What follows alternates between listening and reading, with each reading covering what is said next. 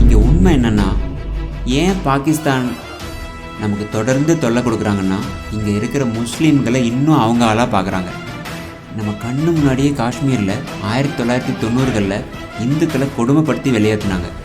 தோராயமாக 7 லட்சம் பேரை காஷ்மீரை விட்டே அடித்து துரத்திட்டாங்க.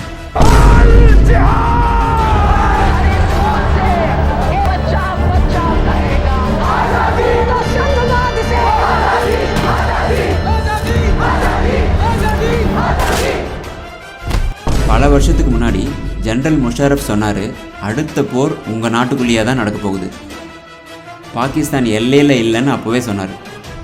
அவர் அப்படி சொன்னதுக்கு பின்னாடி 1000 அர்த்தம் இருக்குது. Kashmir has never been an integral part of India and this is a historical fact.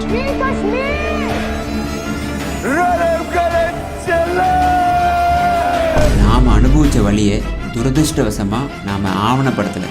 யாருக்கும் அதை பற்றி தெளிவாக எழுதணும்னோ, யாருக்கும் அதை பற்றி படம் எடுக்கணும்னோ, யாருக்குமே இந்த தலைமுறைக்கு அதை பற்றி சொல்லி இப்படி எங்களுக்கு நடந்துச்சு, ஆனால் ஃப்யூச்சரில் இப்படி நடக்கக்கூடாதுன்னு சொல்ல தோணலை.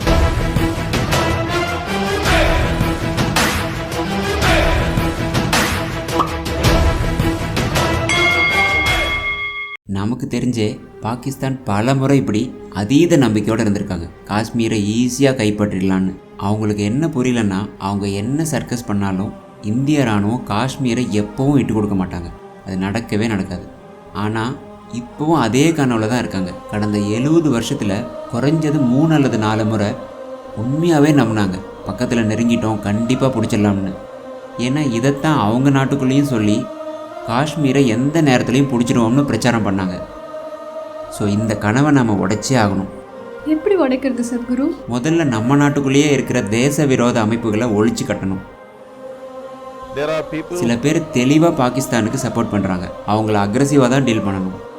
ஆனால் நிறைய பேர் மதில் மேல் பூனையா இப்படியா அப்படியான்னு இருக்காங்க, அவங்கள அன்பாக டீல் பண்ணலாம்.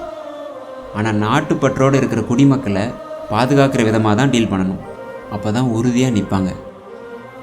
ஆனால் சத்குரு, நம்ம நாட்டில் சரியான முடிவுகளை எடுத்தாலே அதுக்கு ஒரு மதச்சாயம் பூசி அதை ஒரு பெரிய மத பிரச்சனையாக ஆக்கிடுறாங்க.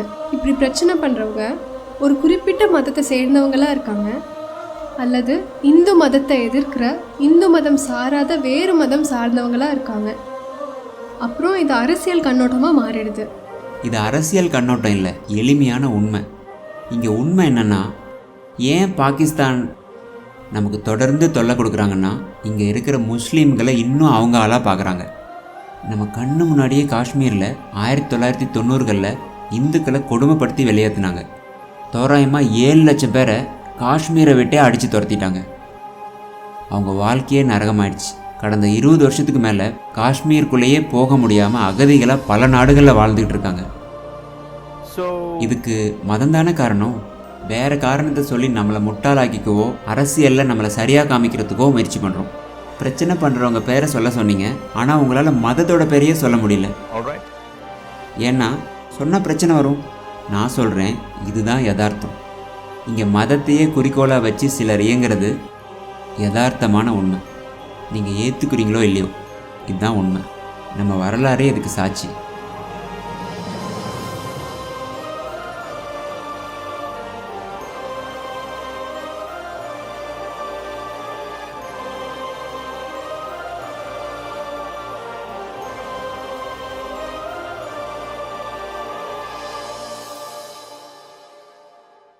அப்படின்னா மதத்தை வச்சு இந்தியாவை பிரிச்சிடலாமா?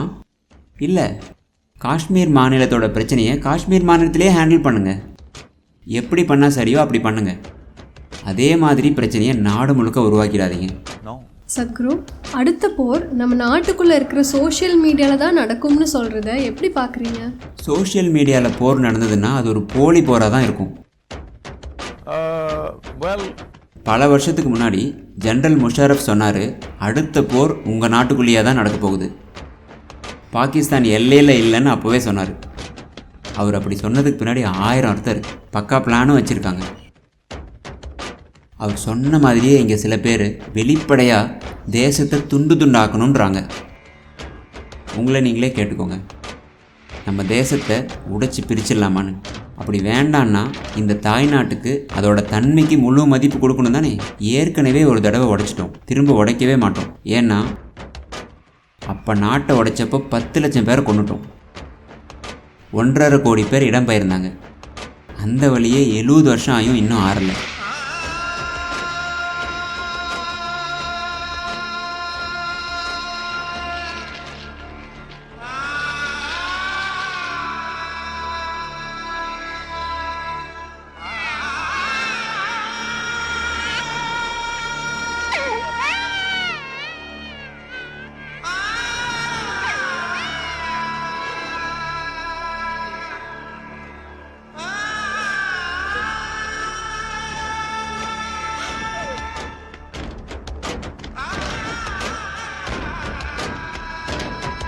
ரொம்ப பெரிய வழி.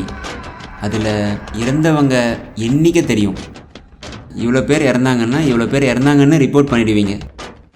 ஆனால் மக்களோட வழியை எப்படி ரிப்போர்ட் பண்ணுவீங்க? Do you have a way of reporting people's suffering?